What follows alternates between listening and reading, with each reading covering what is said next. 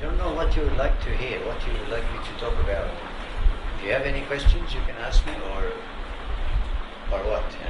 I can talk about whatever you like. So you tell me. If you want to hear about my life, okay. If you want to hear about the monastery, okay. Whatever. My life? But it's a long one. Yeah. What time do you have to go? Take your time. Okay. Take your time. But can you hear? No. You want to come closer? Come close. It's okay. Better to come a bit closer. The spaces.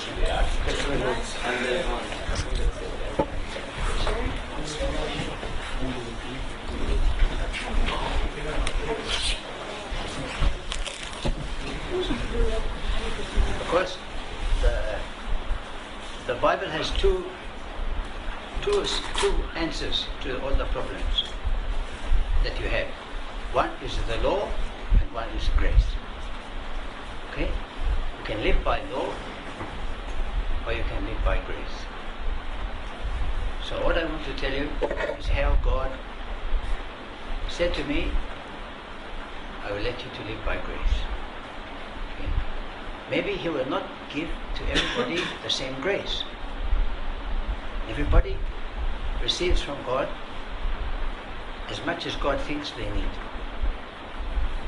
Not as much as you think you need, as much as God thinks you need. But I needed a lot of grace, so He gave me a lot. If you are stronger at the beginning, maybe He will not give you so much. Maybe you have to walk according to the law. It's harder to follow the law without grace, without the blessing of grace, the comfort of grace. Just doing what the Bible tells you, do this, do this, do this. You remember St. Paul was always so worried about this. How can I live by the law? I can't live by the law. And he prayed and prayed for grace. Not only was I not living by the law, but I was outside the law before. I was not Christian at all. 1989, I was not Christian. That means how many years now? 10, 15 years, right? 15 years ago, I was not Christian. I was pagan, not just pagan, atheist, you know? And not just atheist, but aggressive against Jesus. Yeah? For example, I was teaching philosophy in the university. And I made one course for my students. I can make up any course which I like. Just if I teach them philosophy, that's what I have to do. So I took 3 books. Maybe you don't know them, but just I'll tell you what they are. The first one was a philosophy book by a German philosopher called Nietzsche, called Thus Spake Zarathustra. This is a book about a man who goes to the mountain and stays there for 10 years and becomes very wise and comes down and then teaches the people his wisdom. Okay? Like many Christian Orthodox monks, right? The second one I chose was the Gita. This is the story of Krishna, Indian god. Krishna was a beautiful god. His body was beautiful, his face beautiful. He was charming. He used to play with the girls in the forest. He was very loving. He was very strong, a good fighter. And when his family started a war with another family, he came to help them, to fight with them. And the leader of the army said to him, "Show me your glory." He said, "Okay, get ready." He showed him his glory, like when Jesus went to Mount of Transfiguration. Okay? The third one was Gospel of St. Luke. And I told them, look, Zarathustra is good, okay? Because he's strong on his own. He goes and lives far away, and he by meditation, by he becomes as strong as the mountain that he is living in, and then when he comes down, he is wise, and he is wiser than anyone, and he is powerful. By wisdom, he is powerful. Then Krishna, because he was a god, and when he showed himself to the general of the army, he was shining like light, and he was a winner, and they won the war. And then Jesus. Yeah. He's a carpenter. He's nobody. He's not even educated. He's lost the battle and he died. He's a loser. Okay. So I told my students, and who would choose Jesus? He would be stupid. You could choose maybe Zarathustra or you could choose Krishna, but you certainly wouldn't choose Jesus. Over and over again.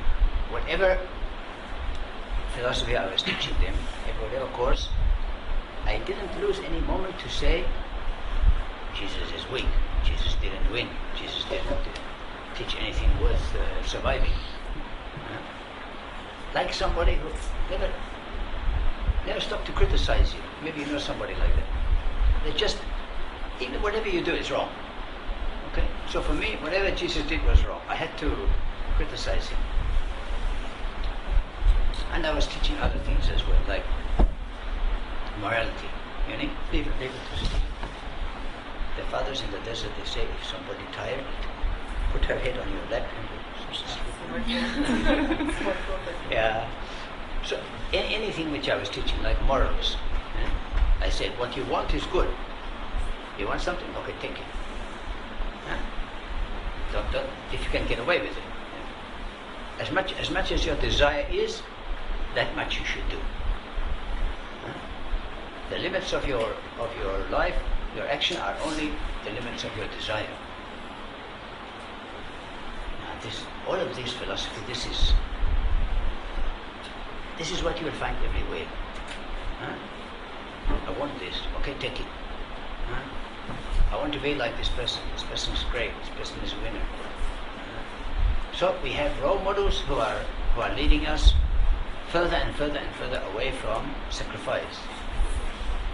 And we have our desires which we don't want to sacrifice. So we are all the time pushed and by ourselves and by the forces outside us far away from Jesus. And I was far away from me. Then I was teaching in Australia.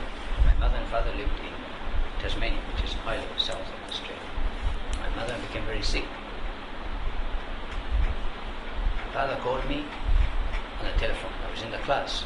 So I was very angry when I came from the class. I said, why you interrupt the class? He said, your mother is very sick. I told him to call a doctor. Why do you call me?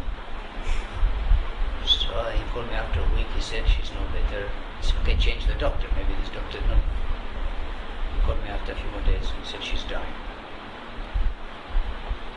Okay, at this moment, when he said this word to me, see, my mother, I was living with my sister, my big sister.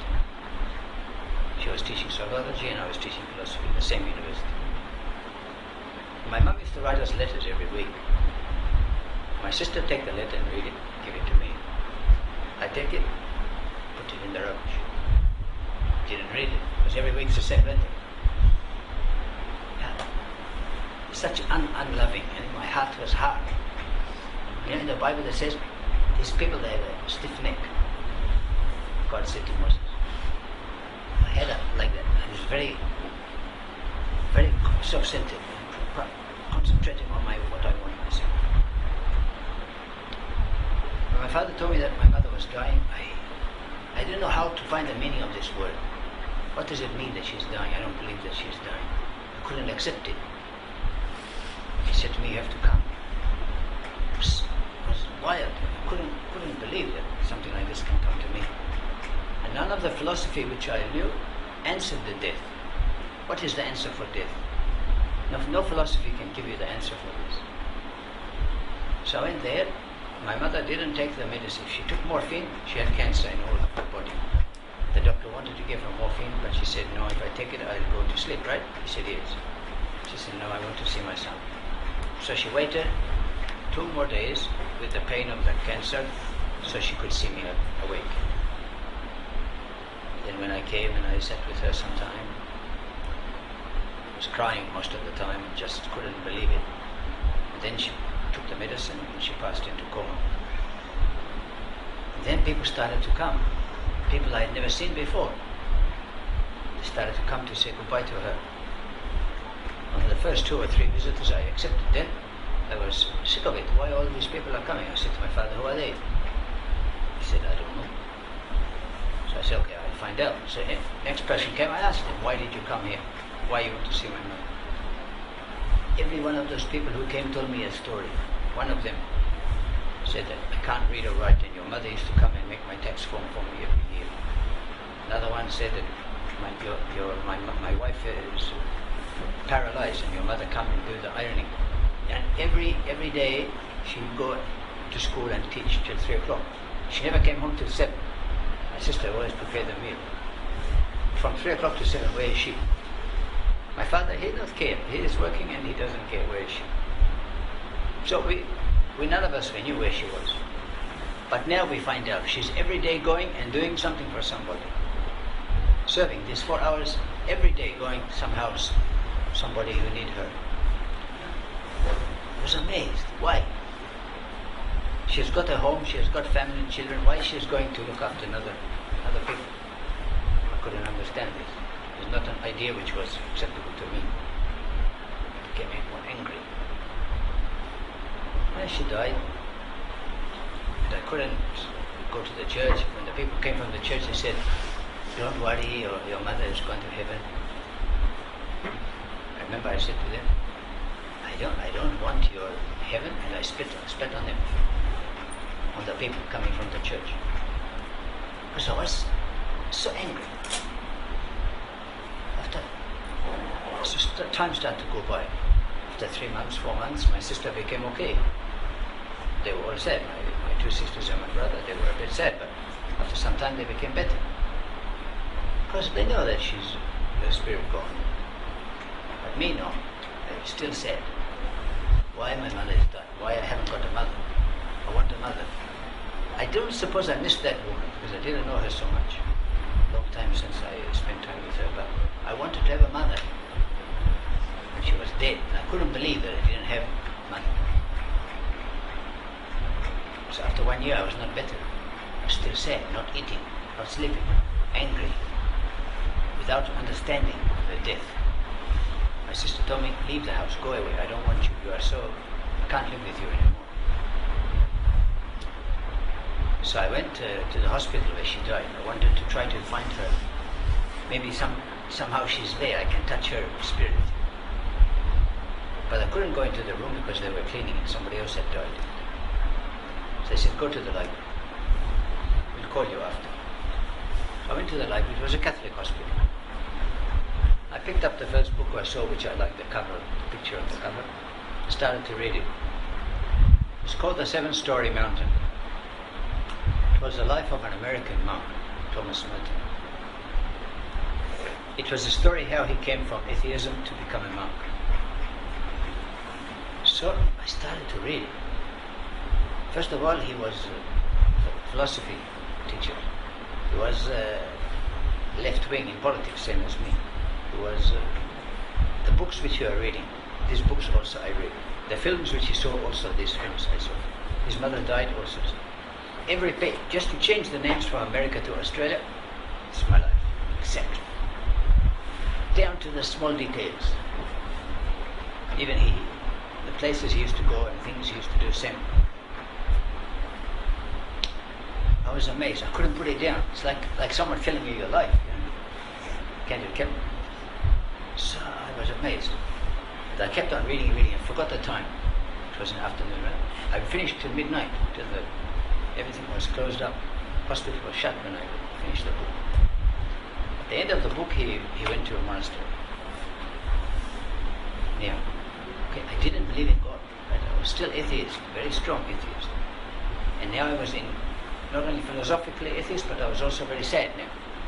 So I had two negative forces in me: disbelief and sadness. So both of which can break faith, right? Can stop faith from growing. So I was completely in darkness of mind and darkness of heart. Then I thought, okay, he found the answer in the monastery. He was the same as me, educated exactly as me, down to the names of the books even which he read. So I must do like him, go to the monastery. So the next day,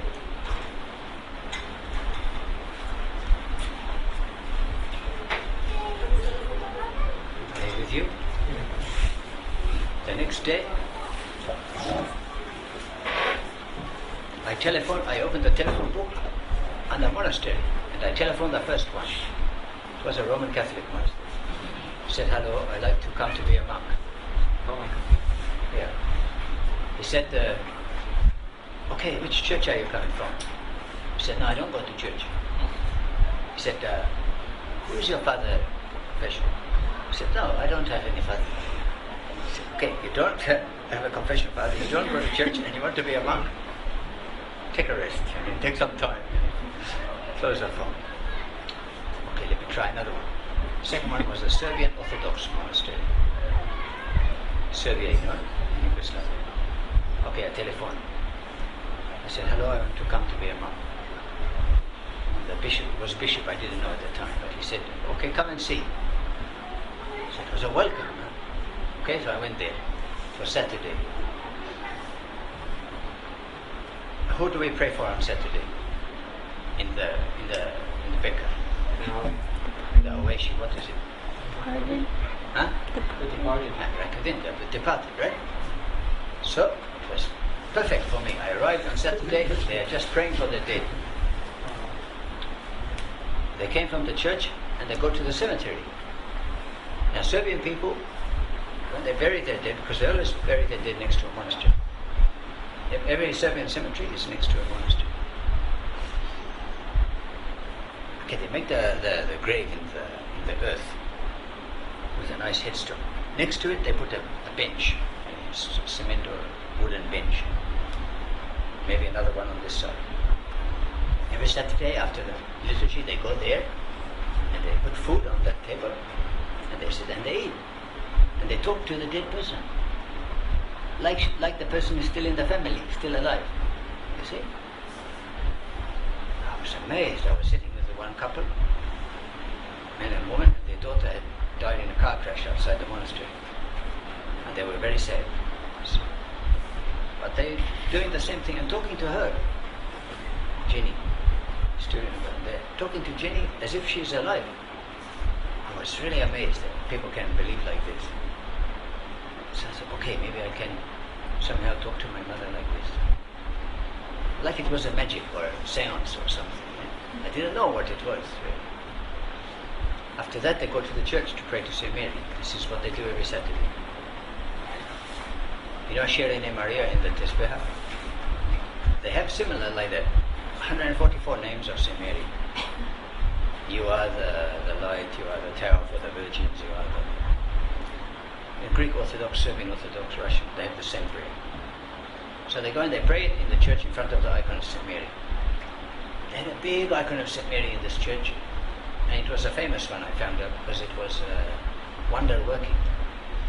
And one Greek priest, for example, his wife was going for operation of cancer, and the night before he came to the monastery and he said to the monks, I want to pray in front of this icon all night. So one monk stayed with him for 2 hours and then go. Another monk come and stay with him 2 hours. But all the night he stayed praying for his wife. Next day he went, took her to the hospital. He said, let us make a last x-ray before the operation. And the surgeon made the x-ray and it's blank. Okay, he says, wrong film. So he put another film, again blank. He said, okay, let's check, is this the right woman? Check the ID and everything. He said, well, what can I do? I can't operate, there's nothing there. Then the priest told him, that's right, she's healed. And he told the story that he went to the monastery and prayed to St. Mary. It became very known in Australia, this story. And other people also. But I didn't know at the time that. Just I saw this picture of St. Mary, and everybody who came into the church, they make 3 metania in front of this icon. Okay? Because when you enter Orthodox Church, Greek Orthodox or Russian Orthodox Church, you must make 3 metanias in front of the main icon of the church, like we do in front of the curtain of the altar. So I was standing there and I was looking at them. And I was thinking, what I'll do, I have to do like this. Because you know what a metania is, right? Okay, you're standing up. This is normal position for a human being, right? Homo erectus. You don't go down like this. This is like children going down on the ground. You see? And English people, we don't sit down on the ground like this. We sit in chair, and sit at table. We are civilized people. And you expect me to go like this and put my head down on the ground like this? I was very amazed how I was doing. So I went to the icon at last. Everybody went and started to sing with the priest, the hymn for St. Mary. So I was virtually alone in front of the icon. I said, okay, let me do one of these fancy. So I did the first Matanya. Touch my head on the floor and stand up. Okay, first one, now 2 more to go. So I did the second one, and when I bent down, I started to feel small. You know, when you are standing up, you can face the world, and you can look in the eye, and if anybody say anything to you, you can argue, you can fight. But when you are making Matanya, you feel that you are putting yourself in a small position, that you are becoming lowly, weak. You know how the fetus is in the womb, right? Almost like a serpent. The fetus and the knees are curved. The fetus is all closed up. Okay? The Matanya is like this. It makes you like a baby again. Your Matanya should make you feel weak. Should make you forget that you are a grown-up and adult. You are not grown up before God. You will never be grown up before God. You will always be a baby before God. And you need Him. You don't have any independence before God. So, physically, the act of making the Matanya was a barrier. Like I crashed through a barrier from self-reliance to recognition of need. I was depending on myself and I was not succeeding. When I make the Matanya, I start to recognize that I need help. So I said, Mary, I didn't know I was supposed to call her Saint Mary, or just I said to her, Mary, I said, these people, they tell me that you are Mother of God. So I haven't mother. I need a mother, but I haven't gotten lost. So I start to talk to Saint Mary like this. It was like a prayer, but I didn't know it was a prayer. Just I was speaking what was in my heart. And even I start to cry a little bit, some tears come. And my breathing was heavier. Then I heard a voice behind my head, back of my head. She said, I will be you. I was kneeling down, right? Like this. So I thought maybe one of the Serbian women saw me crying and came to comfort me. Okay? So I looked this way. Not Saint Mary is here, right? The icon is here. So I looked to the side to see if any Serbian woman was here. Then I looked to the side. Nobody was there. So I was, you know, frisson? Frisson means like a cold shiver going through you. You feel it maybe if you are frightened or something. So I was kneeling down, and again she said, second time, I will be your mother. Then I knew it must be up here, so I have to look up. I didn't want to look up. I was frightened what I will see. And then I looked up, and she came out of the icon. And she stayed in front of me, and she smiled, her eyes shining. She said to me, I will be your mother, a third time. I was lost in love. I was looking at her. I was so happy. I never saw anything so beautiful as that in my whole life. All the pain of my 1 year was gone. And I didn't need anything. I was feeling no drugs which I ever took, nothing made me feel like that. I was so happy. Then I was looking. Even now I can see exactly her face. She was smiling such a smile. Then she went back inside, and I made the third Matanya. After that, I couldn't possibly leave that place. I had to stay there. When they finished the prayer and they went out of the church, I went to the bishop and said, please, I'd like to stay here. He said, okay. So I telephoned to my sister. I said, I'll not come home. She said, oh, come tomorrow. I said, no, I'll not come tomorrow. She said, okay, take a week. I said, no, I'll not come anymore. I'm staying here. She was very angry with me. So I started to live there. I wrote a letter to the university. I resigned my job. I told them, you send me the exam papers, I'll mark them here and send them to you. I couldn't leave her. I just had to stay every day near her. Then, after about a month or 2 months nearly, the bishop said to me, you don't know anything. Because every day we go to the church, I don't know what to do in the church. I don't know how to pray, I don't know what is the Bible, I don't know how to take Holy Communion, nothing. Because I wasn't Christian, right? I didn't believe in God at all. Even Jesus, I didn't consider him divine or anything. Just I had such a love which I never had before in my life. And I used to go every day and kiss St. Mary 1,000 times in the day. He said to me, I want you to go to Europe to see the ancient monasteries, to see orthodoxy in the European way. I said, okay, I'll go. So he sent me to Serbian fathers, Serbian monks in Serbia. I stayed with, it was war then, there was a war, in the early 90s there was a war between the Serbs and the Croats. The Serbs are Orthodox and the Croats are Catholic. And then the Albanian Muslims joined the war as well. So it was three-sided war. Everybody against the Serbs, the NATO against the Serbs. Serbian Orthodox, they were by themselves. They had a little bit of help from Russia and a little bit from Greece, but not much. And some terrible things happened in that war, which maybe I'll tell you after before I finish. I was in the middle of the war and I wasn't happy. I didn't go there to be in a war. I went there to learn Orthodoxy. I hadn't made any progress at all. So I went to the monastery where I was supposed to be staying and painted on the wall, on this side is Jesus, and painted on this side is St. Mary, as you go in the gate of the monastery. I was standing there looking at them, there was some writing. I didn't know what the writing was because it was in Sabon.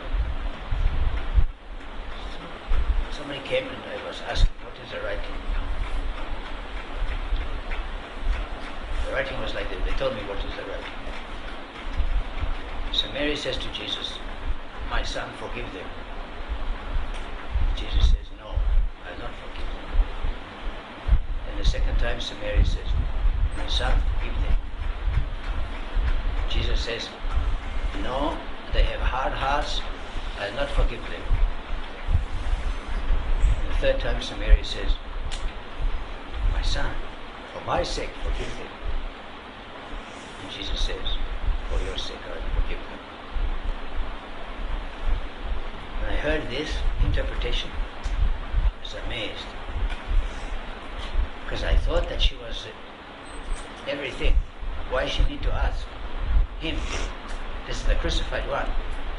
She is so glorious and so beautiful. Why she need to ask any help from anybody? Maybe, surely she is the saving one. She saved me. Why she can't save everybody? So I was surprised that St. Mary had to ask Jesus something. So this start something to make me think, something in my mind. Then I went to Greece. I ran away from the war and went to Greece. Went to Mount Athos. You heard of Mount Athos?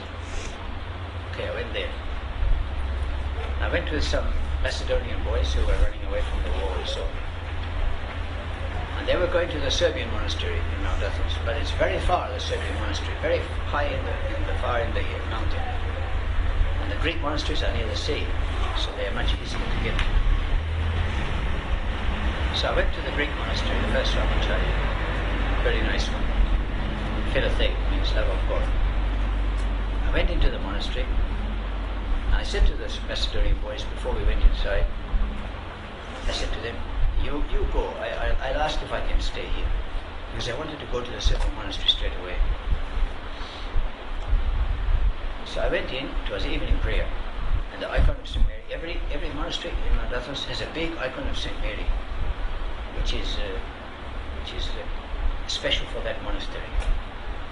Like, there's another monastery where I stayed, and the St. Mary icon in that monastery is called Patήρ. That means gatekeeper. You know, it's like the story of John Carmen. She did the same thing with him in Syria.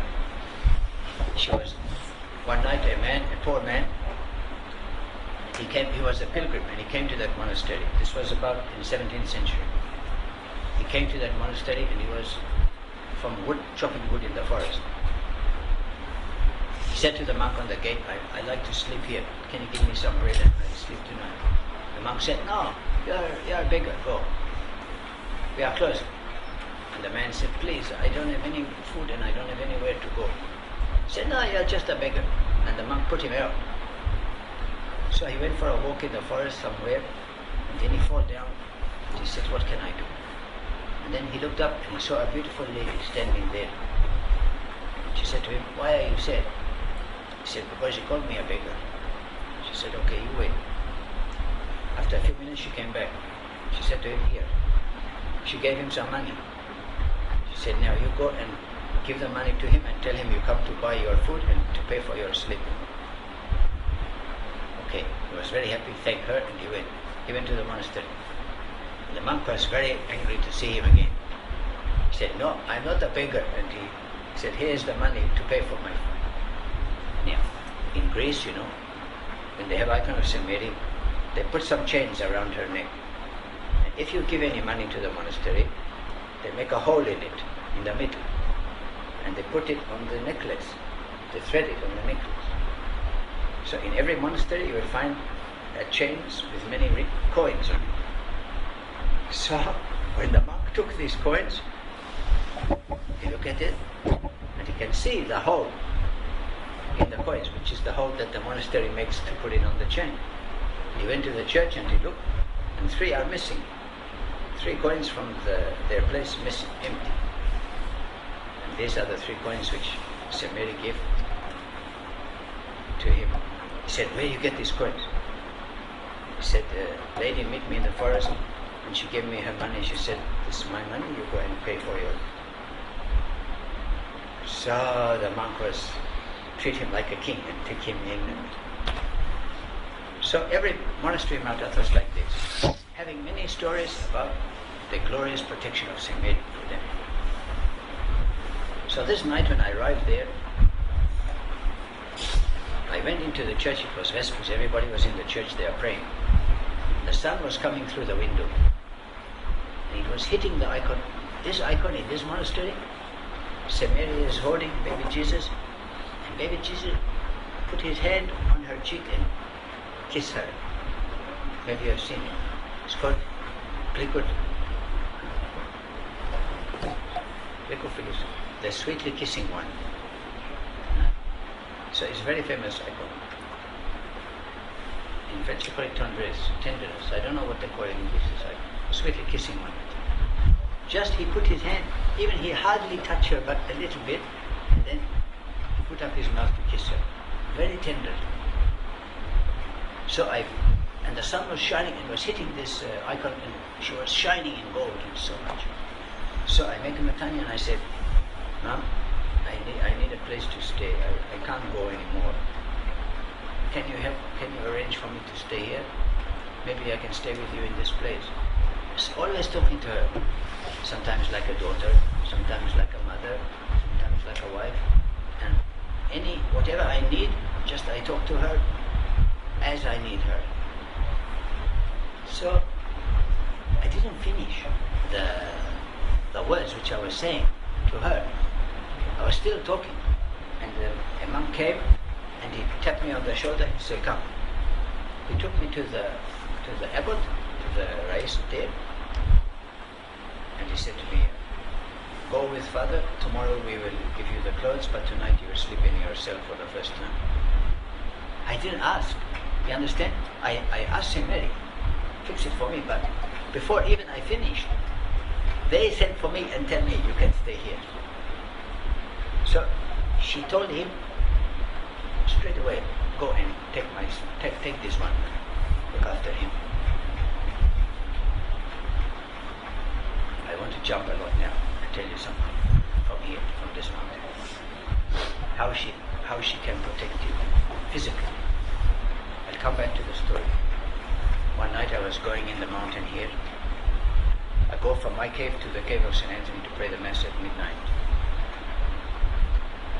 Because midnight, this is the beginning of the new day. So we pray at midnight in the cave of St. Anthony because there's no people there. And the way I have to go, I don't come all the way down to the monastery and go all the way up on the steps. So I go across the top of the mountain because my cave is halfway between the Church of St. Paul and the cave of St. Anthony, but on another mountain on this side. So to get there, for 40 minutes I have to walk from my cave, go up and then go along. And the path which goes along the mountain is made by gazelle, by deer. So it's very narrow because they don't need a wide one. They can walk on a very narrow path. But me, I need more. Anyway, I manage. But this night it was, 2 weeks in the month there is moon, and 2 weeks there is no moon. When there is no moon, it's very dark because there is not much light here, no city. Like it's really black. So I was walking on this path, and my foot, I didn't see clearly to put my foot in the right place, and I slipped. And I started to fall. And it's a long, you saw when you climbed up, did you see? It's a long slope and go right down. So I start to roll over and over. I thought I will hit my head and die. I will die now. But I was going to the Mass, not coming home. So I said, no, I want to take the Holy Communion. So I said, Mom, I didn't say Mom, I said, Mom, I didn't finish the word. Suddenly I felt like something pressure on me, and I stopped falling. There are no rocks there. It's just earth, and it sloped like that. And I stopped. I feel this tight pressure around me like this. I start to catch my breath. When I was sitting there, finally when I can breathe, I felt the pressure release. So you see, she catch me and hold me until I can stop falling. She would not let me to die. I could have died.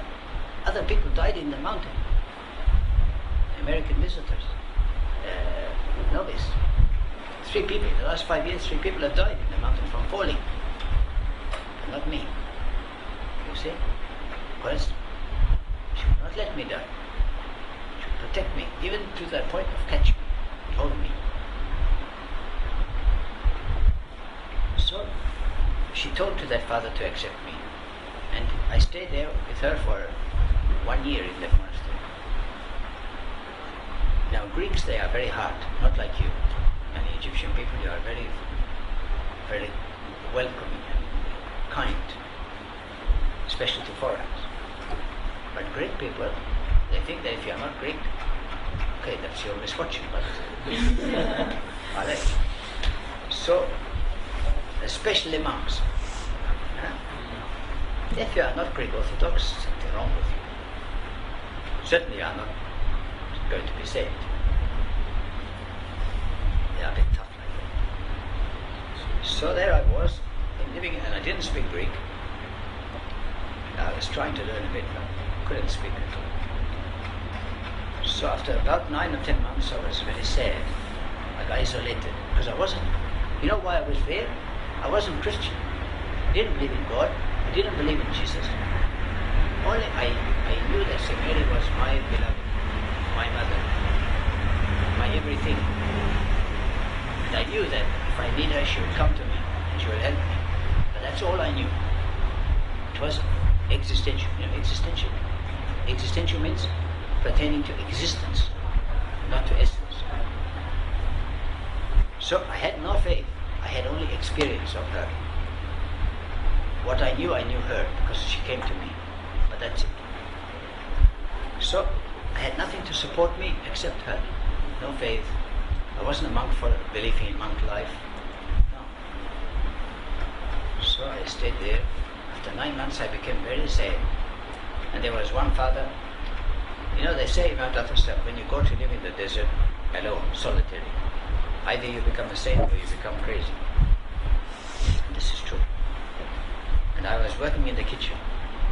And this crazy monk, he used to come from the forest and sit in the kitchen to take food to eat. And when he finished something, he threw it at me. And the carrot, if you not eat all the carrot, okay, he threw it to me. So all day I'm sitting there. I can't say anything because he's a big father and I'm novice. So, and when they make the wood, somebody has to go down into the pit where they keep the wood and put it in a basket, and they will pull it up. They are all upstairs in the kitchen with a hole in the floor, and me, I'm in the pit. Everything was hard for me there. Okay, if I was a Christian boy and Orthodox boy wanting to be monk, and I would be happy enough. But I was still foreign, still me, my professor, philosophy, and I'm working in the dirt and putting the things in the basket. Very sad. So, after about 9 months, I became very, very lonely and very sad. The church on this side of the valley and the monk cells on this side. They have a bridge. You have to go across the bridge to go to your cell in the evening. You are allowed to walk on the bridge at night for half an hour when the sun sets. This night, don't be shocked. So this night I was standing there on the bridge looking down. It was a very deep valley. And I was thinking, suppose if I lean too far, I will fall down. You can call it suicide wish, death wish, but I didn't say to myself, I'm going to throw myself down, I'm going to commit suicide and write a note, goodbye Father. At that moment I was standing there, it was very far and I was fascinated by the darkness. Maybe I can sleep. I don't know, I was thinking almost to fall. So it was sunset, right? The light comes from up. But this light started to come from down. And it was pink. Like this top. It was pink. It started to come up. So the sun was coming down and this light was coming up. It was very small like this. Then as it came up, it got bigger and bigger and bigger. And as it became bigger, it started to take the shape of a woman, like a doll. It came up and up and up. As it came higher and higher, it was getting bigger from girl to become woman. And then it was standing in front of me. Have you seen the photos of Zaitun, Sumerian Zaitun? Yes. At that time I didn't know about it, of course, but it was the same like that. You see how in Zaitun she appeared not in a flesh form, but in light. You see? But there it was, I think, white light. The photograph which I've seen is white light. But when she came to me among others, it was in pink light. She came up and she was standing opposite me in the air. I'm standing on the bridge and she's standing there, but with her back to me. Huh? So I can see this pink light in the whole woman form, but with her veil on. Then I was so happy. I thought that she'd come again after from Australia. I didn't see her. Now she'd come. And then she turned around like this. And when she turned around, she took off the veil for a short moment, just to look at me and smile at me. Then she put it again, and she went off into the sky. And then she became part of the sunlight, which was setting. It was enough. The first smile cured me, and the second smile comforted me. You know? So, it was okay. I could live there forever. I was not sad anymore. Next day I went to the kitchen and you can throw everything at me. I don't mind. I'm happy. After 1.5 years, I left. I said I should go back to my Serbian bishop in Australia. So I went to go on the boat. because you have to leave Mount Athos by boat. Now, when you come to the boat it parks near the jetty, you know. So you have to walk. You are standing from the customs house, and you stand here. And there's a little bridge, okay, to go onto the boat. So I'm standing here. I have my bag, everything. And the boat is here, and the captain on the boat, he's standing there saying, "Come on." My feet won't move. I want to lift up this foot and put it, but it won't come. Nothing wrong with me, okay? I'm in good health. He said to me, "Come on." I said to him, "I want to come, but my feet, I can't move my feet." He swore at me in Greek. I wanted to lift up my feet. He said, "Come on." I said, I can't. He said, "Okay." And he took the bridge and he went. As soon as he lifted up the bridge, my feet can go. Okay. I said, "What is this?" So I went back to the cell, the monastery, to stay one more night. I'll go tomorrow. In the cell, what I found there, my icon. I didn't take it with me. But it was a very nice icon of St. Mary, but an old one. And I thought that if I took it, they will tell me you are taking ancient works of art from the monastery. If it was a modern one, they wouldn't have said, but because it was a painted one, they would maybe say I'm taking artifacts, ancient. But I said, "Okay, Mom, she not let me to go away without her. She must come with me." So I put it in my bag. Tomorrow, straight to the boat. Never she allowed me to go one step without her. When I went back to Australia, and I went to my Serbian bishop and said, "Okay, I make Matanya to him, and I behave like Orthodox, because I learned in Greece." And he was very happy. He thought I was really Orthodox. So he said, "Okay, very good, come." And he made me a monk, and I'm living in the monastery as a monk. Before that, I was just a novice. But I didn't believe in God, didn't believe in Jesus. You understand? After 2.5 years, I'm still son of St. Mary only. So I'm living there. I'm happy enough because she is in my heart. But then the Serbs, they like to hunt. So they went. In Australia, there's many rabbits. It's like a pest, plague of pest. So they like to go into the fields and to shoot the rabbits. So they go for a picnic. They make a whole day. All of them, the bishop and the priest and the deacon and all the people, they go into the countryside and they shoot rabbits and cook them and eat them. Now, I was vegetarian for 20 years, so I refused point blank to have anything to do with this. So they said, "Okay, you stay and look after the monastery and we'll go." I said, "Okay, this is a good deal." So I was staying there in the monastery. It's very calm, very peaceful. 3 Egyptians came to visit, 2 girls and 1 boy. The monastery I told you, the icon of St. Mary, very famous in Australia. So many people like to come. And the Serbs, they make beautiful churches.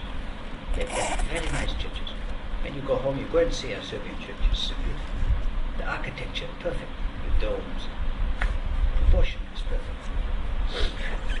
So many people came to visit this monastery. So these 3 Coptic Egyptian young people came like you. 2 girls and 1 boy. The older girl and the boy were engaged. And the younger girl, she was with them. So they left her with me. They went for a walk because there are nice woods outside the monastery. They went for a walk to talk about their wedding. And they left the girl with me. Okay. Sitting there with her. What I do with her, I don't know. She said to me, "Abuna, you like to read the Holy Bible?" I never read the Bible. I don't know what is a Bible. Okay.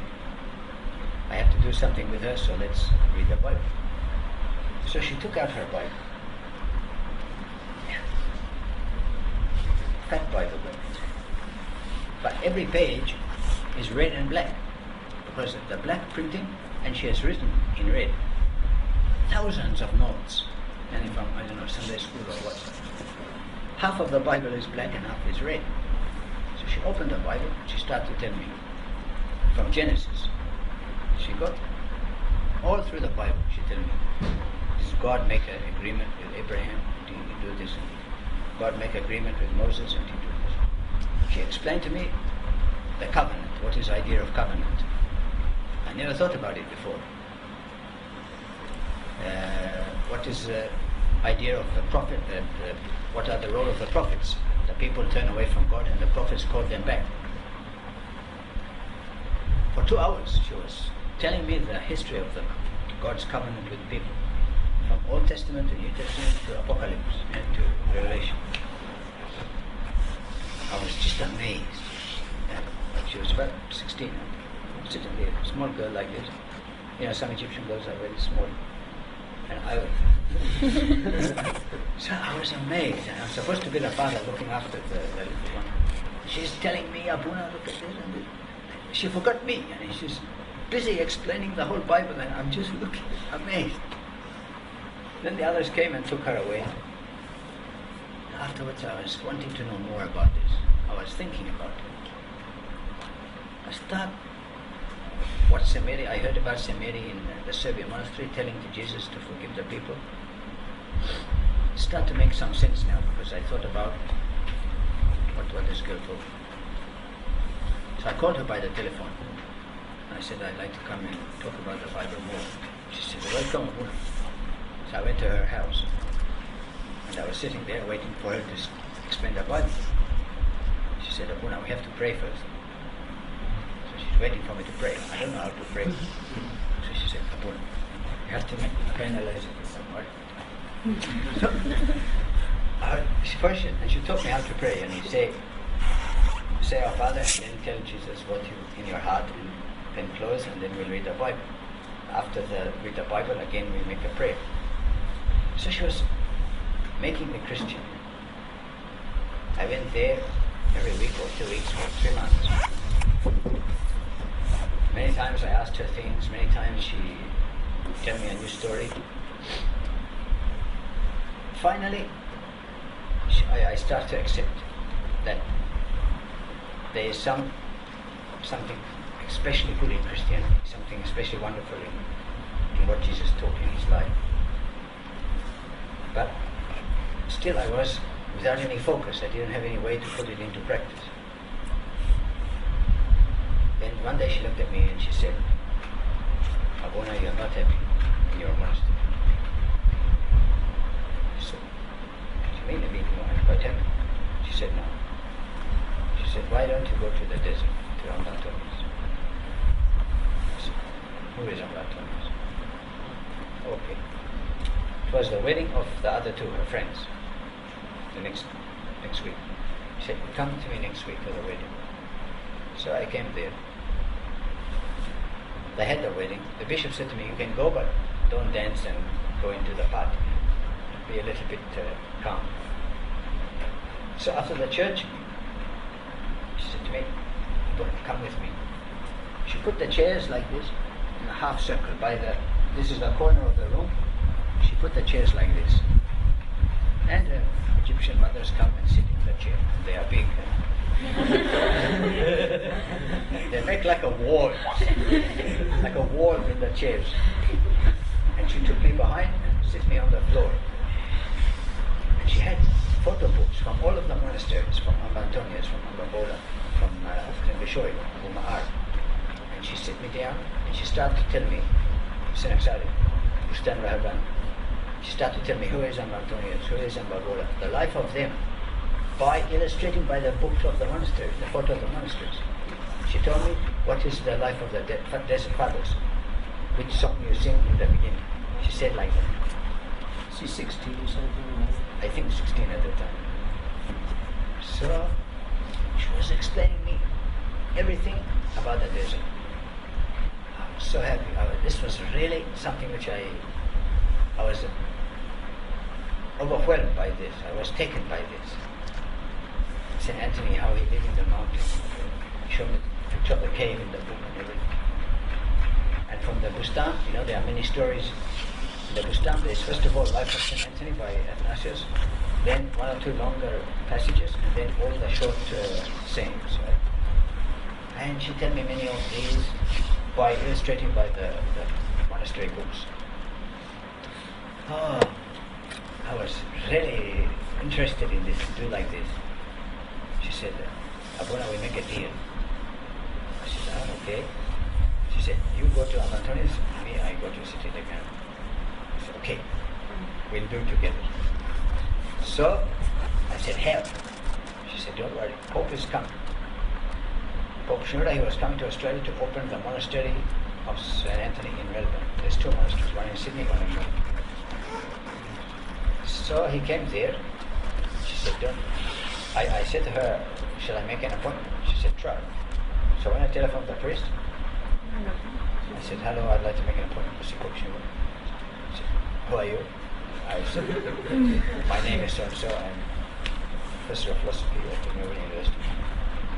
Well, we don't know the itinerary exactly. Call me tomorrow. I called tomorrow. I'm sorry, no. He wouldn't give me an appointment. Many times I tried, but now I know that a priest cannot make an appointment for the popes. I said to him, is it possible how I can see the pope? He said, don't worry. God will arrange. Always she said like this, God will arrange. So, when Pope Shenouda came from the church, everybody is standing there. Usually she held my hand to take me here and there because I don't know anything. Pope came from the church and going to eat in the next place. Suddenly there is no Naveen, where is she? I feel lost. Then Pope is coming. I have to make some. I feel somebody behind me push me. And Pope, he's coming this way, so he can see her and he can see me. And she pushed me like this. So I'm falling onto the Pope. And I put my hand onto his hand. I don't want to fall on him. I have to stop myself. When I put my hand onto his elbow, you think World War III. All of the bishops and all of the boys beating me. Because they are just waiting for this. The deacons, they are just waiting for a chance to beat somebody up. They are thought to be bodyguard for the Pope, and they are really happy about it. And foreigner, not even Egyptian, so you can give it him. So then, the Pope, he tell them, be quiet, calm down. He said to me, what do you want? I said to him, I would like to come to Egypt to be in the desert monastery. He said to me, but if you have the love of God in your heart, you can be happy anywhere. I said, but this love of God, I don't have it now, here. I want to come to Egypt to monastery desert. He looked at me. Sometimes he can open, not now, I don't know, he's really old, but before, he can open his eyes and like boring into you, like he's looking straight into your heart. So he looked at me like this. I felt a bit uncomfortable. But after a few seconds, I don't know how long it was, a few seconds. Then he said to me, then he stopped and his eyes became normal size and he said, welcome. Smile. So I think somehow in that moment because he did it again before he made me a priest. When I was going to Paris to serve there, I went for 6 months there. I was going to go as a monk, so he called me and he looked at me like this and opened his eyes and and when he bore inside me, maybe Holy Spirit tell him, yes, you can ordain him or what. Then he'd calm down and he'd tell me, yes, tomorrow I'll ordain you and you go to Paris to be. So both in Australia and here he made this judgment by, maybe he learned it as when he became patriarch, I don't know, but to make a decision. So he often has to make a decision about somebody. So maybe he prays at that moment in a psychological way to examine the person. Anyway, he said, well, then I stood back and he passed by. Then Levine came out and she said, what did he say? He said, well, I said, okay, nobody can say anything to you. Now the Pope said, welcome. So she discussed with me the arrangements we would do, and I took the airplane and came to Egypt. Sad part of the story is that when she tried to go to Saint Damiana, her confession father, he told her, no, you have to get married. So she could be a nun, but that does not concern us exactly now. So I arrived in Egypt, 2 o'clock in the morning. I had a letter from Father Isaac in London. He was at that time serving in the monastery in Australia. Now he's come back here. So he took me to see him. I stayed with him for about a week. He taught me to read Coptic so that I can attend the test. And he gave me a note for Rambayonis to say that this is an Australian man who wants to become monk. So I knew I had to go to the Abbasiya, to the Cathedral, and give this letter to somebody called Rambayonis. This is what I knew. So 2 o'clock in the morning, okay, I went to the hotel, slept a few hours. 7:30 I went to the Abbasiya and knocked on the door. One priest opened the door a little bit, like Rhoda, a little bit. Said, what do you want? He said, I want to see the Pope. I want to be a monk in the desert. I have a letter. So I gave the letter. He closed the door. So I'm waiting. Like St. Peter, I'm waiting.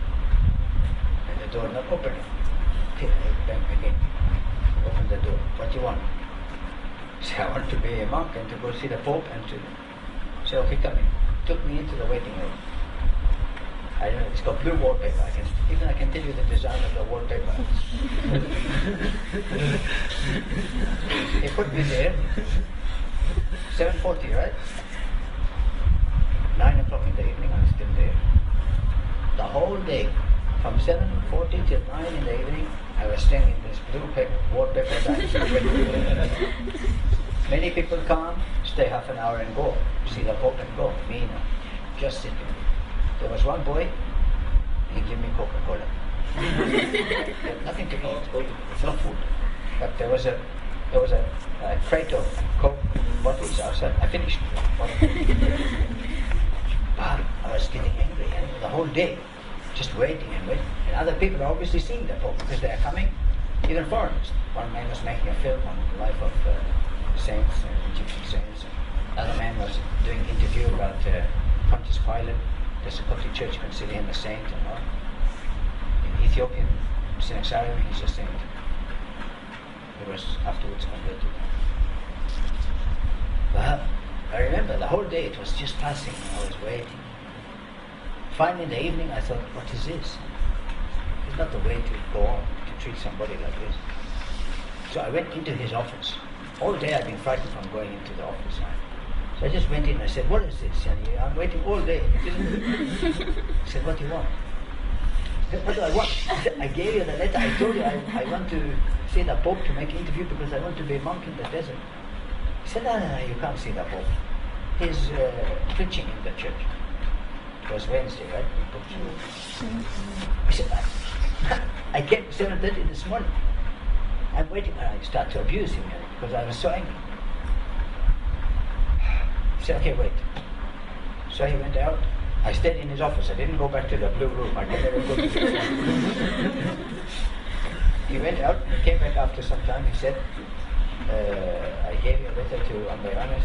You have to go to the Wadina train, to the San Michel Monastery. He said, how I go? He said, okay, Pope will go in his car. You can go in the other car. They're in the baggage car. Okay. After the Pope finished, 9:30. Those days he used to go on Wednesday night. Now I think he goes on Friday. So we went to Wadina train with the siren and the police. It was very exciting. When we arrived there, 11 o'clock, the Pope get down from his car, everybody kiss his hand, and he'd go into his house and close the door. Okay, I'm standing there, what do we do now? Nothing, everybody goes to his cell. I'm standing there in the dark next to the Pope's car. There's I'm here and name, everybody laughing, what I'll do. So Father Angelos, he was now Angelos in England. him and Ambassador, they were the two priests in charge of the Makar at that time. When I met him, he was at the time. So, when I said to me, I can give you a room. So he gave me a room. He said, you can come to eat tomorrow 9 o'clock, 2 o'clock, 9 o'clock. Okay, we started like that. A few days going by, I thought something will happen soon.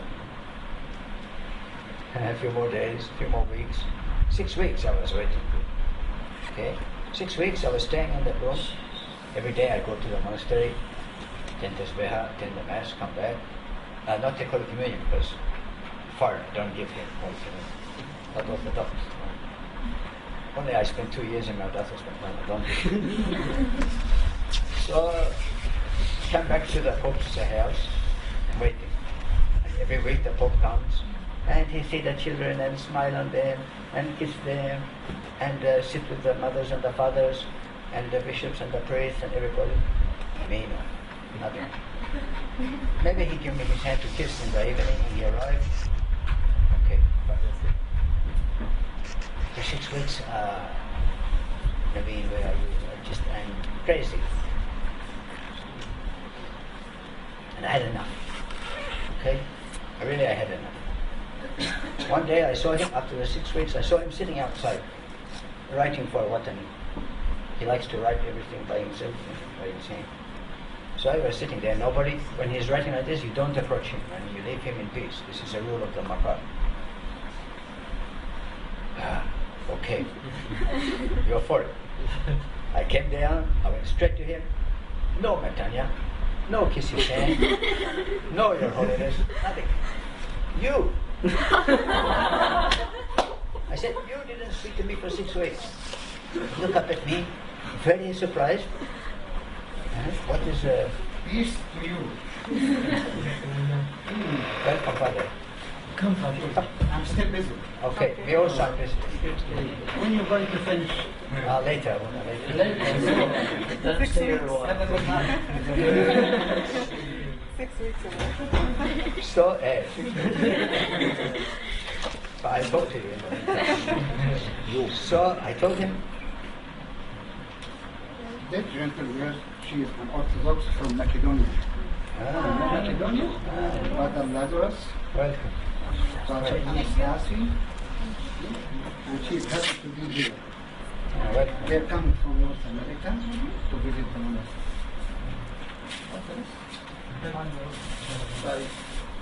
Okay. Very good. Macedonia. See, these two boys I told you, they were Macedonians. Half of Macedonia is Greece and half is Serbia, so I don't know. Then I said to the Pope, you haven't spoken to me for 6 weeks, and I'm waiting. He looked at me, he was very surprised, he said, I'm sorry I didn't speak to you about the love of God. What did he say to me in Australia? If you have the love of God in your heart, you can be happy anywhere. Catch 22. Exactly the same phrase, right? He said, I'm sorry I didn't speak about the love of God. He knew what he was doing. What does it do in the Bustan? In the Bustan, if you want to be a monk, what you do? You go to the Father and you sit by his cell and you tell him, Father, accept me, I want to be a disciple. And maybe the Father will kick you, or maybe he will close the door, but he will test you somehow, right? You have to wait to prove that you are serious. So Pope was testing me if I'm patient. Because he remembered exactly the same phrase which he said. In Australia he said again that day. But I wasn't smart to pick up this.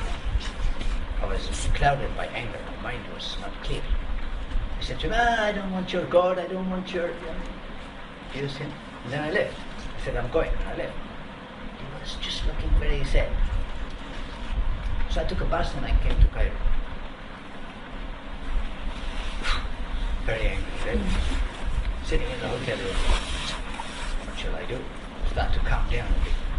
Okay, no money. Because the money I had, which I bought the ticket, that was it. The last money I had. Don't know anybody. No friend at all I can go to. Don't speak Arabic any word. So, I'm in a real bad position. What I can do. I opened the Bible, which Naveen gave me. Inside was a photograph of Mary at Zaitun. How she appeared on the church at Zaitun. It's a little photograph. Just she's like a fairy. She's in light. You can see her body, but and her thin face, but just in light. So I looked at the photo for a long time. I turned it over. She wrote here, "This is St. Mary as she appeared in Zaitun." Okay, let me go and ask her what I do. So I went to Zaitun. I went into the church, big church. Nothing. She's not there. I thought, but this is St. Mary's church. Where is she? I went outside. I said to somebody in the street, "This is the church of St. Mary?" He said, "Yes." I said, "She appeared here?" He said, "No, she appeared in the little church on the other side of the road." Okay. I went to the other church. I went inside. There were some children there singing. After a few minutes they left with their teacher. So I was alone in the church. I looked around and I saw near the door the same picture which Naveen gave me. It was on the wall, life size. Underneath was a sandpit and some candles. Not many, 3 or 4 candles. I looking at them. So I thought, okay, let me ask. So I made the first metanya. Nothing. Then I made a second metanya. And I told her, "Look, Mom, what I do, I did this and this." And I confessed to her what I did. I spoke to God like this. Then I was waiting. She said to me, "Stay with me." I was prepared to hear something. And I heard a voice, "Stay with me." So I looked up. And the light, it wasn't from the candles, because the candles were down. Okay. The light was coming from her face. Like when you turn on your torch, you can see the beam of light. It was like that. Just I can see the light coming onto me, just covering me to my shoulders. She said, "Stay with me." And it was so, I was looking at her, waiting for her to smile, but the light was too strong and I have to bend down. Then the light stopped. So I started to think, stay with me, what do I do? I can't stay in the church. What does it mean? It means stay with me in Egypt, in this way. Because only in Egypt she appeared like this. It's not from Lourdes, it's not from Medjugorje, it's only in Egypt. So I said, okay, let me stay with her. So how to stay with her? You have to ask the Pope to go back to the Pope. Okay. So I went back to Arinatun, but the taxi driver was a Muslim. He wouldn't go into the monastery. So he dropped me at the corner when the road turns to go into the monastery. There's 1 kilometer straight road. You come on this way and then you turn the corner and you go this way. There's a farm here. So he stopped there, he said, "You go." Okay, I got out and I walked. So it was 1 kilometer to the monastery and another kilometer to the house of the Pope. So every step, when I was walking, every step I say, "Mom, open the door. Mom, open the door." All the way. When I arrived there, the boy, he knew me, so he opened the gate. There was Pope Shenmue. Okay. He could have been anywhere, right? Could have been Cairo, could have been Alexandria, could have been out of the country. But there he was, standing there, and some people with him, bishops. I went straight there, and I didn't make a small metanya, I make a big metanya, like to make like a cross. So he looked at me like this. He didn't say anything, just he put his hands under my shoulder, because I was laying flat down, right? Under my shoulders to lift me up. I stand up. And then he put his arms around me and he said, "Welcome," again. Saying what he said in the street. Then he gave me to Abu Hakeras. I go into the same cell and staying there again. Okay, this time I was patient. 5 months. 5 months I stayed there in that room. Nothing. one night after 5 months, and the Pope coming all the time and going. After 5 months, one night Father Angelos came to my cell. He said, in the morning you will be Coptic monk, 7 o'clock. Okay. He said, come 6:30 and Pope will put my room, because I was already baptized Orthodox. Then you will go to the church and you will become monk. So I became a Coptic monk that day. And he said to me, what name you will take? You can choose 3. And I choose one from the 3. I told him, what about Longinus? You know, Longinus, he was the soldier who put the spear in the side of Jesus. Because I was remembering all of the times which I spoke about bad about him before, must be wounding him very much. No, there was already a Buna Longinus Ambabishoi, so I can't take, in any monastery, only one monk can have one name. You have to have a different name. Then I said, what about John Cassian? Because he was a foreigner and he came to Egypt and he stayed in the desert. No, Pope didn't like him because not Egyptian. Then I said, okay, what about Lazarus? He said, why? I said, well, he was 4 days in the tomb, right? And I was nearly 40 when I came to the monastery. So 10 years equal to 1 day. I was dead, like dead in my soul. He said, this is a very good meaning. And he made me Father Lazarus. He didn't say, in the church, he didn't say Father Lazarus Ambabishoi. I was made a monk with another boy, Eritrean boy. He was called Bishimi El Ambabishoi. But when he resembled me, when he made me monk, he said, Father Lazarus. Why? He should to call me Lazarus Ambabishoi. Yeah. Because a monk is known by the name of his monastery. But where are we now? Antonius. Maybe he didn't know, but maybe something tell him not to say that. So that I can come here with I'm not attached to, I'm not Ambabishoi, nothing. Now I'm Lazarus Antoni, but not by Pope, only Father Lazarus. So it was easy for me to change monastery, otherwise very difficult. So I became a Coptic monk, then I can take Holy Communion, finally. And at that time, the teaching of Naveen started to work in me with the Holy Communion, and I started to grow, to become a serious Christian person. Then, after just a short time, maybe 2 weeks or 3 weeks, I was working in the library there. Some Indian visitors came, priests, because the Pope Shinga, he knows the head of the Indian Orthodox Church. Sometimes he accepts visitors from there to learn Coptic. These 2 priests, they wanted to see all the monasteries of the desert. So I said, can I go with them? The Pope said, okay. So we went to visit all the monasteries. The last 2, we came here, when we came here, we came in the gate and we parked over here to go into the guest house over there. Not you are in the one up there, but in those days they had one over here. So the Indian priest maybe said, no, we don't want to go to the guest house. We want to go straight to the cave and then we'll come down. And in the evening, because it was afternoon, and we'll sit in the evening in the guest house. So we went straight to the cave. You went there, right, this morning? Okay. We went into the cave. The 2 of them, because they are priests, they go first and they make metanya. And they kiss the altar and make a prayer, and they went back. I thought they are standing at the back of the cave. Okay? And then I went and I made my metanya. 1, then I make 2. And I thought, okay, let me tell now what I've got to tell him.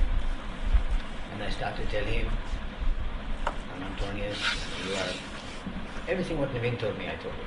You are father of monks and star in the desert, this and this. Says him, usually I ask monk if I need something, but in this case I need something from monks, so I better ask you, you are father of monks. I hadn't a place. Pope Shenouda, he kept me in his house. He not allow me to go to Ambabishoi Monastery. I want to be a monk, I don't want to stay in the Pope's house forever. So I was complaining like this, telling him, can't you find me a place here? Like this. And I was making Matanya again, right? He told me, Mainushiri. Stick in my brain this word Mainushiri. I make another Matanya quickly, I ask him, tell me again. He said, Mainushiri. Twice he told me this word. I don't understand it, okay, but I remember. I thought maybe it was the Indian priests speaking in their language, but they are gone out. So, okay, I accept this from Amantonius. Then I kissed the altar and we went down. I asked the priest here, Father Dioscoros, what is the meaning of Mainushiri? You know? In the Tesbeha, he said, Peniod, Ministri Abba Antonius, Pe Mainushiri. Abba Bishoy, Pe Mainushiri. This means the one who loves his disciples. The one who loves, Shiri in Coptic means son. The one who loves his sons. This means that if he tell me Mainushiri, that means he loved me as his son, as his disciple. So I took it straight as a blessing. So we went back we met Ambiostus and the monks and we talked. Stayed a few days, then we went to Ambabola and then we went back to Varinatram. I said to the Pope, I want to go to Amantonius to stay there in the desert. No, you are a foreigner, you cannot live with Egyptians, stay here. Okay, I thought this needs some strong prayer. So I took the egg beer, I still have it in my cave. I opened this egg beer, I pasted one picture of Pope Shenouda on this side on the cover. Pope Shenouda very frowning like this, with his eyes very like savage mood. Another picture of him on the other side, smiling and very happy. So every night when I went to the chair, I said, okay Lord, change the face from this to this one. For about 6 months I make this magic prayer. Then it was Palm Sunday, right? Pope Shenouda going to preach to pray the liturgy in the St. Michel Church. Thousands of people will be there. So what can I do? I can't see him. After the liturgy, just I walk slowly back to the Makar, not worry about anything. Then I open the gate and there he is, alone with Amba Ioannis, but two of them. And just standing there, not in a hurry, I was amazed. I went straight to him, I made a small Natanya, I said, Your Holiness, please, can I go to Amantonius for Holy Week? He looked at me, he looked at Amba Ioannis, he said, are you going to St. Paul's? Because Amba Ioannis is going to St. Paul. I said, yes, if you give me your blessing. Pope said, okay, you take Father Lazarus and throw him in Amantonius. Literally like that, he said, throw him in Amantonius. I was so happy. So, in the evening, went with Amba Ioannis to St. Paul. We stayed there Sunday night. And Monday morning, first day of Holy Week, he brought me here in the morning for the 10 o'clock session. Took me into the church, Amba Ioannis accepted me, and Amba Ioannis left, and I stayed here. All of Holy Week. My first week in this monastery was Holy Week. So happy, I was really in the second heaven. Beautiful. Listening to the Thokte Bomb and all that. After Holy Week, Easter, then I stayed in my cell and I didn't come out. After 3 days, Amba Ioannis called me. What are you doing here? You're supposed to go. After Holy Week, you're supposed to go. I said, I want to live in a cave in the mountain. Because Naveen told me all about this life. Not monastery, she told me about the desert, the solitary life. So he said, okay, but you are not my son. You come from Pope, you have to go to Pope to get this. Okay. So I went back there. I was in Suryan at that time. I went to him in Suryan. I said, please, Your Holiness, I'd like to live in a cave in the mountain of Suryan. He looked at me, he said, but there is no water. How will you take the water? He said, I'll carry the water on my back. You know, in the Bustan there is a story. One monk, he lives far from the water. His cave is very far from the water. Every day he has to go walking a long way to take the water. after some time he says, let me move my cave closer to the water. So he pack up his things and he start to move. And he meet a man coming this way, glorious looking man. He said to him, who are you? He said, oh, I am the angel counting your steps. How many steps you will take for the water, this how many crowns you will get.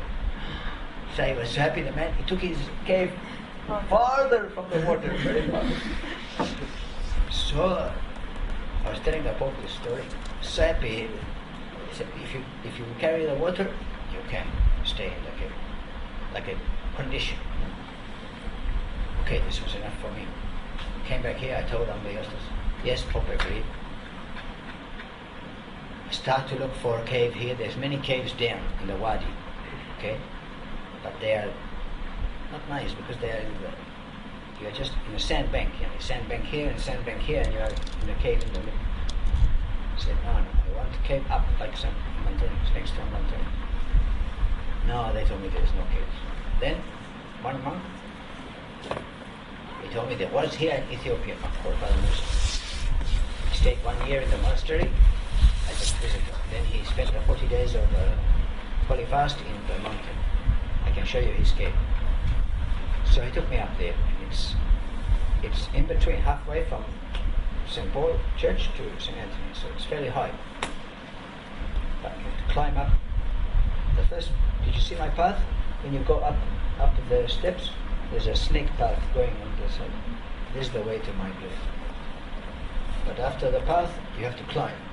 You have to climb up the rocks. There's no steps and no, it's just climbing, hands and knees.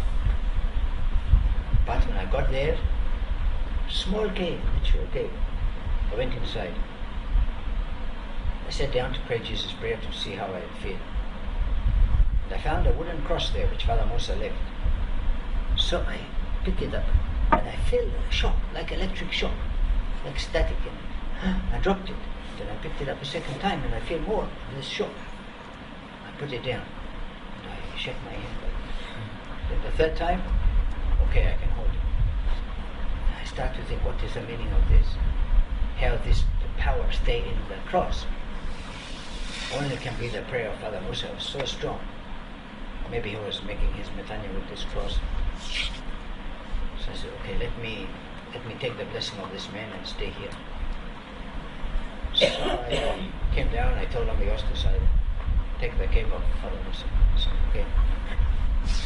Took some boys, workers here in the monastery. We carried up some cement and sand and water. And we made a door. And a small, the cave is a natural cave, like this.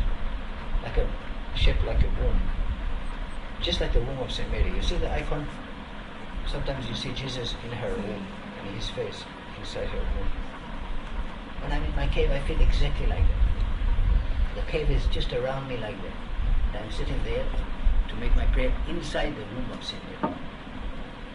So I just made a small kitchen outside, little room. I make colonsolas there. This is my work to make this. Even I make for a woman. So when I'm making the colonsola, I sit in because there's some light there. In the little kitchen, I have a gas bottle, I make coffee. So I start to live there. Now it was the night that I wanted to begin my life there. It was the beginning of the fast of Great Lent, right? The next year. So I wanted the anniversary to be the first day of my life in the mountain, to be the first day of Great Lent. But the door wasn't ready. Everything else was ready, but the door was still in the workshop here. It hasn't finished, the carpenter to make it. But I was determined to sleep there, so I went up and I stayed there. First, I prayed the 11th hour from the Igbe, then I sit down outside. And the sun was setting, so I start to pray. I said, Mom, help me, I have to sleep here, there's no door. So don't let anything bad come to get me. There's wild dogs, there's snakes, all sort of things can come. So I was looking down and I saw down at the bottom of the valley. My cave is high, right? Down at the bottom of the valley, I saw a figure moving, not walking, but floating on the little bit above the ground. He came across and he stood in front of me, right down in the bottom of the valley. Hello, Father. Check up on the face. سلام. أبونا أنطوني سنة؟ سنة أنطوني؟ لا لا لا Buona Anastasio. أبونا أنطوني. أنا بحسب أبونا أنطوني جه قلت له إيه ده؟ لا Buona Anastasio San Antonio. طيب سلمنا على أبونا أنطوني كتير. قول له ابنك نوفير بيسلم عليك كتير قوي. أنا افتكرت هو هنا قلت لا بقى ده معلش أنا فتحت كده وعلى طول. I am sorry, Father. Don't do it again, Abuna. Don't mention it. So it was like a figure with like a white galivae and white colonsor, a smoky figure, smoky light.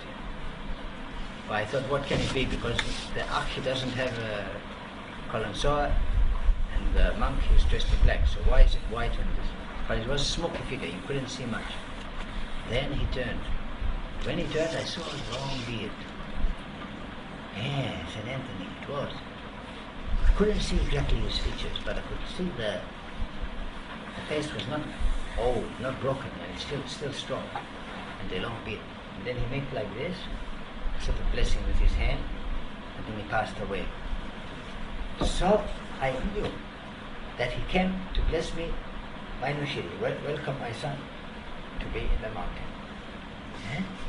So I slept like a baby, no dogs, no snakes, no scorpion, nothing. In the morning, I got up,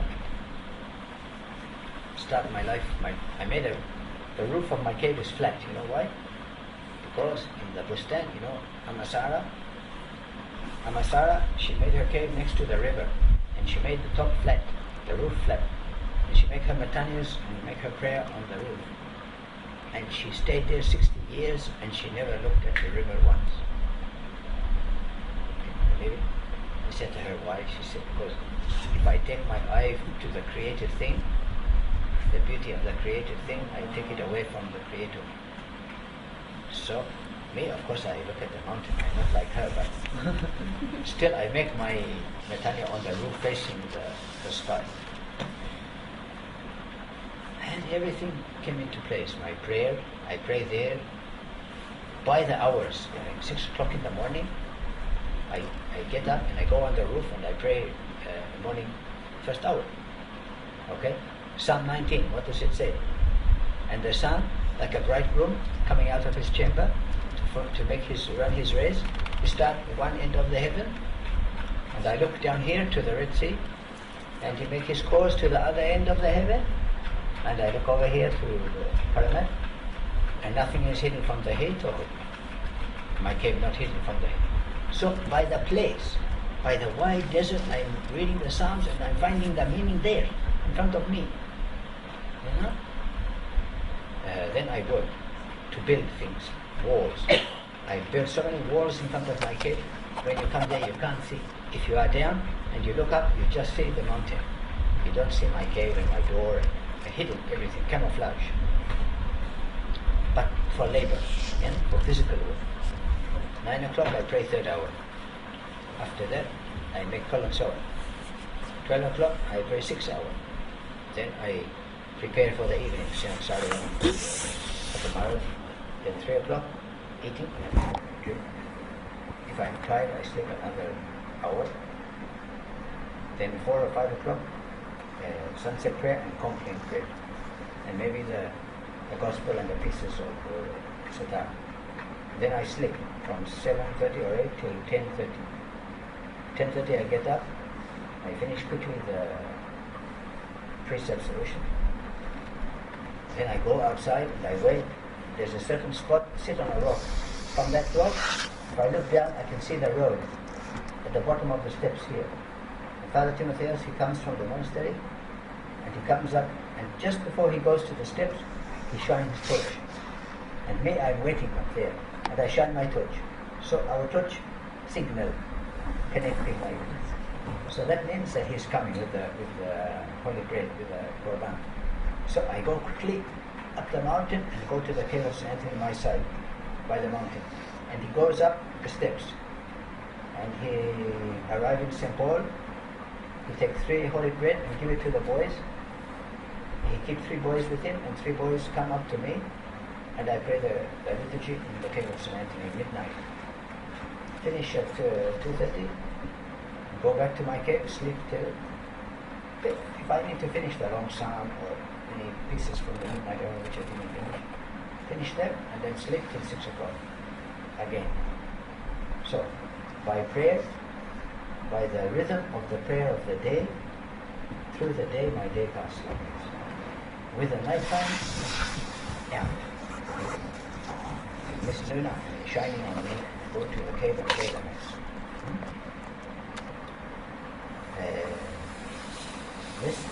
This midnight mass is giving me like the power to be free of the earth. Because to go there I have to walk on the summit, the flat top of the mountain. And when a full moon, like last night was full moon, so all of the wadi is in moonlight. And I'm on the top of the mountain, like me and the moon together, we are looking down on everything. Free. And lifted to heaven. This is the blessing of the mountain. That when you are running free in the mountain, like you are running with all mountains, like you are just free of your body. Before I was so heavy when I was in Australia. I can't walk anywhere. I take the car or go in the ascensor. But here, I'm running all over the mountain, like I'm no way. Because this is grace. All of my life now, driven by grace, not by anything else.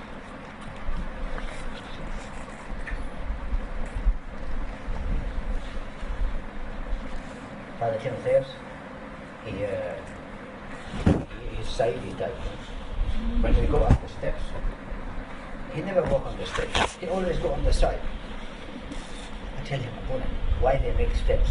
Why you don't walk on the steps? Okay.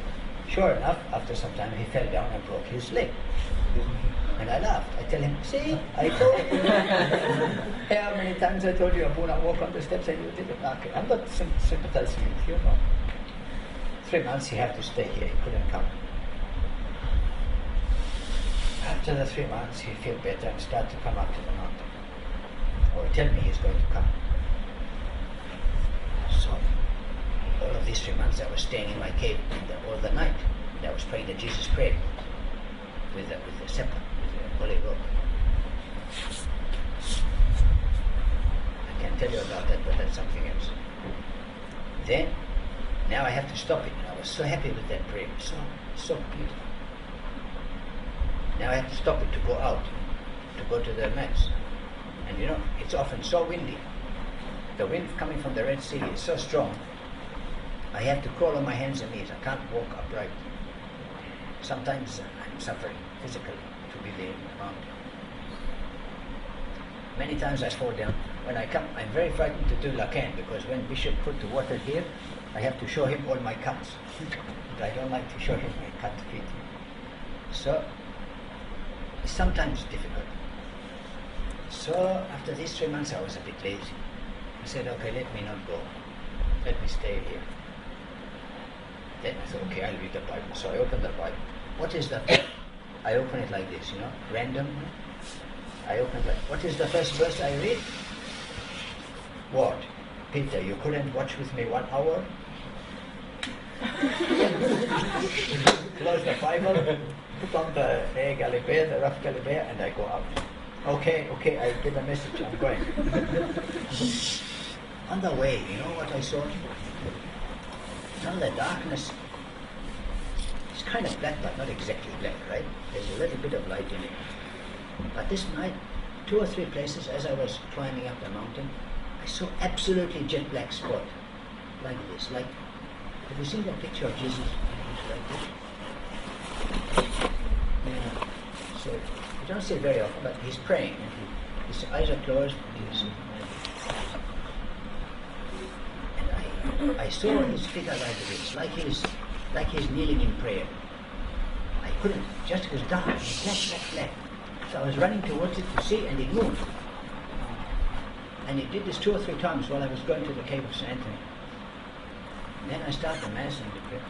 You know the part in the Mass where the priest, you have to lift up the chalice, and he has to say, and after supper he took the cup and mixed wine and water. You have to lift it to make a shape of a cross. When I did that, you know, I hear a voice say to me, "This is the cup you didn't want to take." I was so ashamed. In my life I've never been so ashamed like that night when I nearly stayed in my cave and not to make this offering, not to make this blessing this cup. So now, whatever condition is, whether I go, whatever condition me, I go. I have to go. This is my life sentence. This is my job, to go to the Mass in the midnight. I have to, must. But around it, there is so much grace. So I'm not sad of this. I'm happy of it.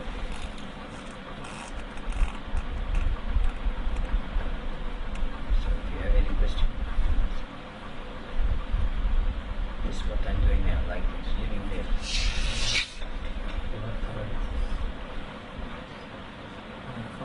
You were mentioning with the 3 months when you didn't go to the liturgy, you said something happened.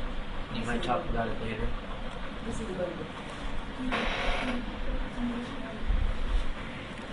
No, just about the Jesus prayer. You know what is the Jesus prayer? Jesus Christ, have mercy on me, a sinner. Do you pray this or not? Yes. I think Coptic do not know this prayer very much. But this is the Eastern Orthodox prayer more. Close the door. 5 minutes and then you finish. This prayer, you know, is a mystical prayer. You know? You can pray it just by saying, "Lord Jesus Christ, have mercy on me. Lord Jesus Christ, Son of God, have mercy on me." And that's good. That's very blessed. No problem. And I advise you to say it.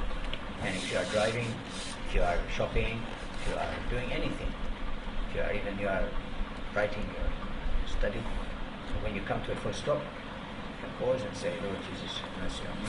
Then continue. And any time, whatever you're doing, you can use this prayer for mindfulness.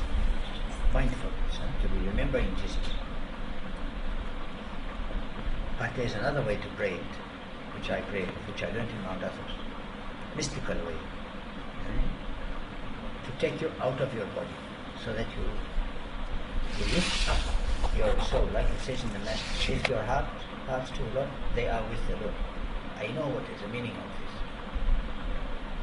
This meant that you lift. St. Paul said, "I know a man, I don't know the body or out of the body," and he went to the third heaven. He said he saw things not suitable for the Son of Man to utter. No, I didn't say anything. But what happens to me, when I pray this prayer, if I start, say midnight, and I pray till 2 o'clock, after 15 minutes, I feel hot. And my body becomes like fire. And I feel that I'm light, that I'm no weight at all. Like what the astronaut, when the gravity is not existing anymore. So the prayer is only thing existing. I'm having no thought and no feeling, only Jesus, only this idea of Jesus, completely overtaking me. This is the state of the absorption in the prayer, the mystical state. Maybe this will last for half an hour or 1 hour or 1.5 hours, and you feel it like 5 minutes. You don't know how long is time passing, because you see, you have to sit in a way like this. Yeah. You have here a bone, okay? In both of these knees you have a bone here, and here you have a bone, okay? Temple bone. You're supposed to put this bone onto this bone, and this bone onto this bone, and then you press, and you pray. And if you do like that, where is your eyes? Your eyes looking to your heart. So you start to, and your breath, you can't breathe easily. Huh? You breathe in, Κύριε Ιησού Χριστέ, Lord Jesus Christ. You breathe in the name, and you hold it, and you say, Son of God, because Jesus said to Peter, who am I? Who do men say that I am? And then he said, who do you say that I am? So you must say, you are Son of God. So you breathe in the name, Κύριε Ιησού Χριστέ, here to see you, Son of God. And you breathe out your sins. Have mercy. You breathe in the name, you fill yourself with the name of Jesus, you confess that he is Son of God, and then you breathe out your sin. If you do like this, you become pure, you become clean. You have nothing evil in you, nothing, no sin can hide in you. And then your body starts to become like a circle, like God. Your prayer going around from your lips, from your mind to your mouth to your heart and back, like a circle. So the purity of the prayer follow the purity of your body, like the circle. And God is a circle because there's no beginning and there's no end to the circle. So you make your body like a circle, like the fetus again in the womb of St. Mary. That's why I like this icon, because Jesus is inside St. Mary. So this is mystical prayer, but this is not for every day. Don't try it, because if you don't have a preparation of the life in the desert, you cannot do it. But you can say the Jesus prayer. You can say, Lord, you know Vasula Ryder, you know who is she? Vasula Ryder, she's a Greek prophetess. She was a model, and then she left that life and she came to Jesus. But she used to say that, do everything with Jesus. Now one day she was going for shopping. She went to the bus. She got on the bus and she bought one ticket. But she sat down in a seat and there were two seats here. So this seat was empty. And she said, look Lord, we only bought one ticket and we are two. We are not occupying the others. Jesus said to her, Vasula, don't you know that we are united at one? We are only one, we are not two. You see? So everywhere she went and everything she did, Jesus did it with her, in her. So anybody, even any one of you, if you live pure and you follow what you are called to follow by all of Jesus' words. En plus, in addition, if you love with all of your heart, then the grace will come. When you get the grace, you will be free. Before that, you'll be in chains. Like St. Paul said, I am the prisoner for the Lord. The Lord cannot make you free. You have to follow the Lord. You have to follow the commandments, like it says in the long psalm. Your laws are my delight, I meditate on them. Okay, but after that, what? After that, grace. You follow the Lord, and then you love. And by love, you will get grace. And by grace, you will be saved.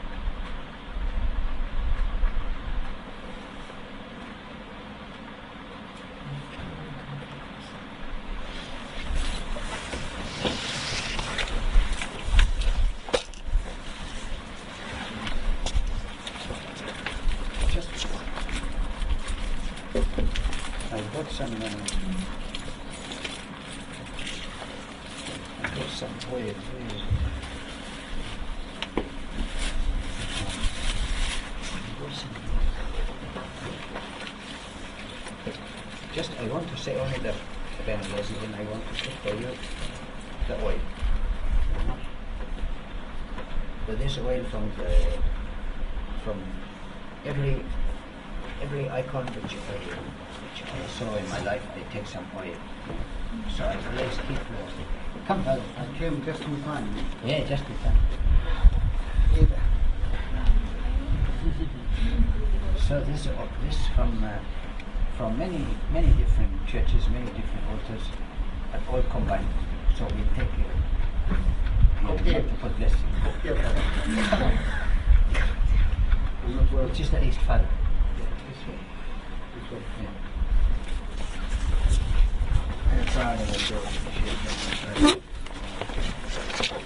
Lord Jesus Christ, you were incarnated to save us. You took on the form of the body, but you stayed pure within that body. Lord, we pray that these children might have that purity in their body, purity of their lives, fill all through their blood, so that they can feel given over to you, filled with your life, filled with your blood. As they eat your body and blood, Lord, fill them with your purity, your grace. Lord, give them love, give them a heart to love you, a heart on fire with you, to look in the beauty of your face, to see you in your holy sanctuary. Lord, I pray for them, to let your Holy Spirit touch each one of their lives, each one of their hearts, so they can never more walk in darkness again. Lord, change them, lift them up, bring them to yourself. We ask this in the name of Mary, your most holy mother, our beloved.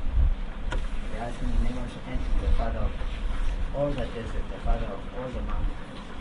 We ask in the name of all the saints of each one of them, who is their name. We ask in the name of this saint, their patron saint. Lord, we ask from the guardian angel to be with them. We ask all the blessings, Lord, to multiply your grace. Lord, make us worthy to pray thankfully, our Father which art in heaven.